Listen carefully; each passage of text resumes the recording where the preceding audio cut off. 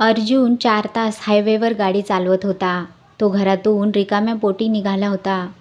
त्यामुळे त्याला जोराची भूक लागली होती. त्याची नजर चांगला रेस्टॉरंटचा शोध घेत होती. तेव्हा अचानक त्याला एक चाटचा गाडा दिसला. त्या गाड्याची मालकीण एक महिला होती. अर्जुनने पटकन गाडीला ब्रेक लावला आणि गाडीतून उतरून त्या चाटच्या गाड्यावर पोहोचला. तिथे त्याने पाहिलं की त्या महिलेचा चेहरा एकदम प्राजक्तागत असल्यासारखा दिसत होता. 12 वर्षांपूर्वी प्राजक्ताला पाहिल्याची आठवण त्याच्या मनात जिवंत झाली होती. तो तिला कधीच विसरू शकला नव्हता. तो आता 35 वर्षांचा झाला होता, पण अजूनही अविवाहितच होता. 12 वर्षांपूर्वी प्राजक्ताचं लग्न झालं होतं आणि त्यानंतर तो मनाने पूर्णपणे तुटून गेला होता. ती महिला म्हणाली, "काय देऊ साहेब? वडा सांबर, पावभाजी, गरमागरम चहा बनवू?"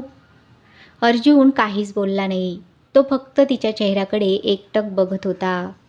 पहिल्यांदा तर ती महिला त्याच्या नजरेला नजर देत नव्हती, पण जेव्हा अर्जुनच्या चेहऱ्यावर तिची नजर पडली तेव्हा तीही त्याला निरखून पाहू लागली. जणू ती त्याला ओळखण्याचा प्रयत्न करत होती. या 12 वर्षात दोघांमध्ये खूप बदल झाला होता. अर्जुन आता आरामात आयुष्य जगत होता, त्यामुळे तो जाड झाला होता आणि ती थोडी सावळी आणि बारीक झाली होती. अर्जुन थरथरत्या ओठांनी म्हणाला, "प्राजक्ता." त्याच्या तोंडून स्वतःचं नाव ऐकून ती आश्चर्यचकित झाली आणि घाबरली. गाड्यावर ठेवलेल्या सामानाला ती इकडे तिकडे करू लागली. मग डोक्यावर घेतलेला पदर एका बाजूने खाली ओढू लागली. जणू अर्जुनला तिचा चेहरा दिसणार नाही याची काळजी घेत होती. तिच्या उडालेल्या धांदलीवर तो म्हणाला, "प्राजक्ता, मी तुला ओळखलं आहे. उगाचच का सामान इकडे तिकडे ठेवत आहेस?" अर्जुनचे हे शब्द ऐकून ती स्तब्ध उभी राहिली. तिच्या हातातला चमचा खाली पडला. मग अडकलेल्या स्वरात ती म्हणाली, "कधी आलास परदेशातून?" अर्जुन तिथल्या एका स्टूलवर बसला आणि म्हणाला, 7 वर्ष झाली मला इथे येऊन. आता शहरात स्थायिक झालो आहे. स्वतःचं घर घेतलं आहे आणि माझ्या आईबरोबर राहतो."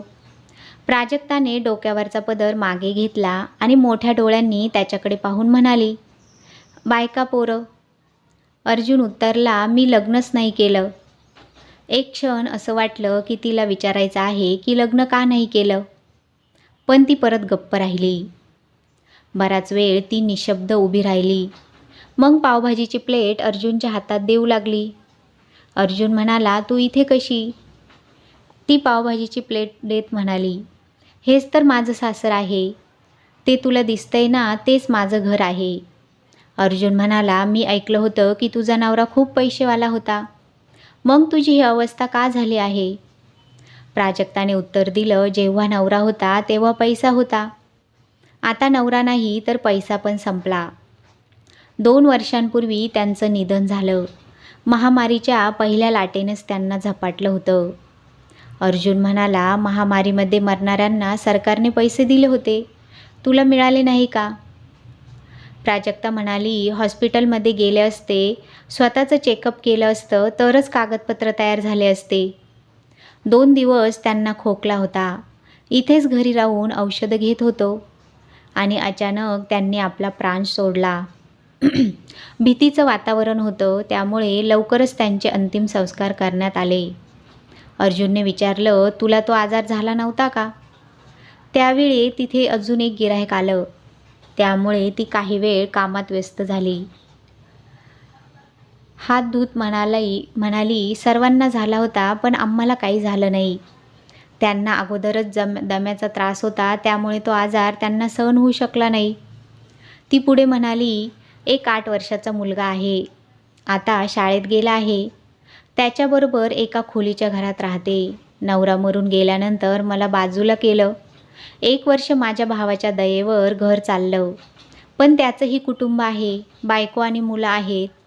तो तरी किती दिवस माझं ओझं उचलणार?" माझ्या वडिलांचा पावभाजीचा गाडा होता. त्यांची मदत करत करत मी हे काम शिकले. आज हेच माझ्या उदरनिर्वाहाचं साधन आहे. अर्जुनने पावभाजी खाल्ली होती. प्राजक्ताने त्याच प्लेटमध्ये त्याला वडा सांबार खायला दिला. अर्जुन काहीही न बोलता गुपचूप खाऊ लागला. प्राजक्ता त्याच्याकडे पाहून म्हणाली, एक गोष्ट विचारू? तो मानवर करून नजरेनेच म्हणाला, काय? ती थरथरत्या ओठांनी म्हणाली, लग्न का नाही केलं? त्यावर तो म्हणाला, खरं सांगू का? ती उत्सुकतेने म्हणाली, खरंच सांग. कितीतरी वर्षांपासून एक प्रश्न मनामध्ये होता. तो म्हणाला, तू मिळाली नाही म्हणूनच लग्न केलं नाही. ती अडखळत म्हणाली, तू तर मला कधी सांगितलं नाही की मी तुला आवडते. तो हसून म्हणाला, जेव्हा आपण 10वीत होतो तेव्हा तुझ्या पुस्तकांमध्ये ते पत्र मीच ठेवलं होतं. प्राजक्ता म्हणाली, पण जेव्हा मी ते पत्र टीचरांना दिलं तेव्हा सगळ्यांचं हस्ताक्षर चेक केलं होतं. मग तू कसा काय सापडला नाहीस?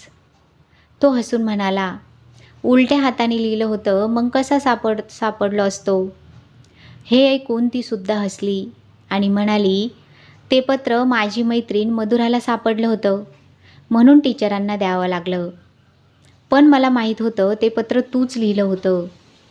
अर्जुन आश्चर्यचकित होऊन म्हणाला, तुला कसं माहीत होतं की ते पत्र मी लिहिलं होतं? ती म्हणाली, तू आजही बुद्धूच आहेस. तुझ्या डोळ्यात सगळं काही दिसतं. जेव्हा तू माझ्याकडे बघत होतास तेव्हा तुझ्या डोळ्यांमध्ये माझ्याबद्दल असलेलं प्रेम दिसत होतं. तो म्हणाला, एक गोष्ट विचारू? ती म्हणाली, काय? तो विषय बदलत म्हणाला, तुझ्या मनामध्ये पण माझ्याबद्दल काय होतं का? ती नजर खाली करून म्हणाली, खूप काही होतं. मला वाटत होतं की तू ते पत्र लिहिण्याची चूक पुन्हा करावी, पण त्यानंतर तू कधीच प्रयत्नच केला नाहीस. तो म्हणाला, पुन्हा प्रयत्न कसा केला असता? पहिल्या पत्रामुळेच एवढा सारा गोंधळ झाला होता. मी तर कसा तरी वाचलो होतो.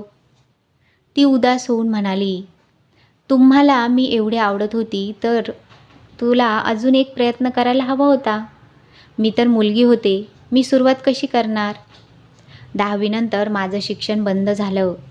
पण जेव्हा तू भेटत होतास तेव्हा मी वाट पाहायची की तू तुझं प्रेम माझ्यासमोर व्यक्त करशील. तो म्हणाला, किती विचित्र गोष्ट आहे. आपण दोघेही एकमेकांना पसंत करत होतो तरी देखील आपलं प्रेम अधुरं राहिलं. पण मी परदेशात पैसे कमवण्यासाठी गेलो होतो तेव्हा रोज मला तुझी आठवण येत होती.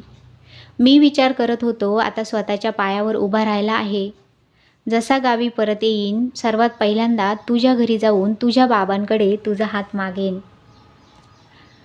तो उदास होऊन म्हणाला, तुझं लग्न झाल्यानंतर 2 महिन्यांनी मी परदेशातून परत आलो आणि सगळं माहीत झाल्यावर मी पूर्णपणे तुटून गेलो. गावामध्ये मनच लागत नव्हतं म्हणून परत निघून गेलो. हे बोलून तो गप्प झाला. काही वेळ दोघेही शांत होते.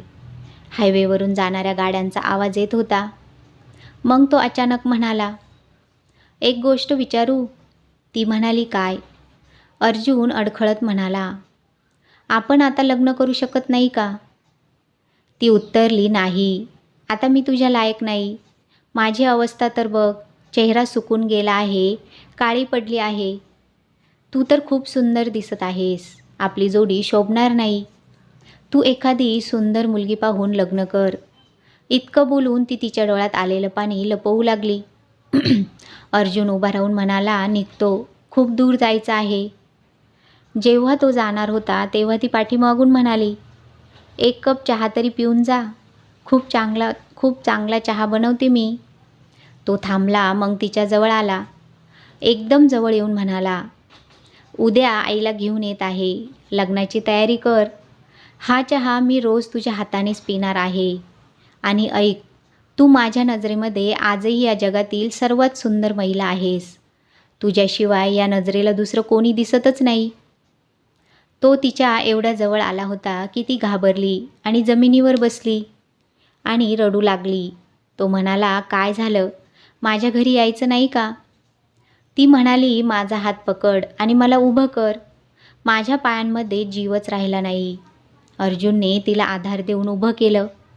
मग तो म्हणाला, बोल, माहेरमधून पाठवणी करायची की इथून सासरमधून? ती म्हणाली, मला सासरमधूनच निरोप घ्यायचा आहे. म्हणजे कितीतरी लोकांचं तोंड बंद होईल. तो म्हणाला, उद्या येत आहे.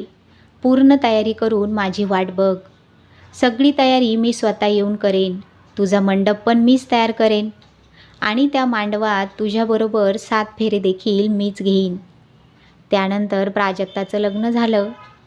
माहेर आणि सासर दोन्हीकडचे नातेवाईक आले. अर्जुन आणि प्राजक्ताचं थांबलेलं जीवन पुन्हा एकदा मार्गावर चालू लागलं. कथा आवडली असेल तर लाईक करा, शेअर करा आणि चॅनलला सबस्क्राईब करा. धन्यवाद.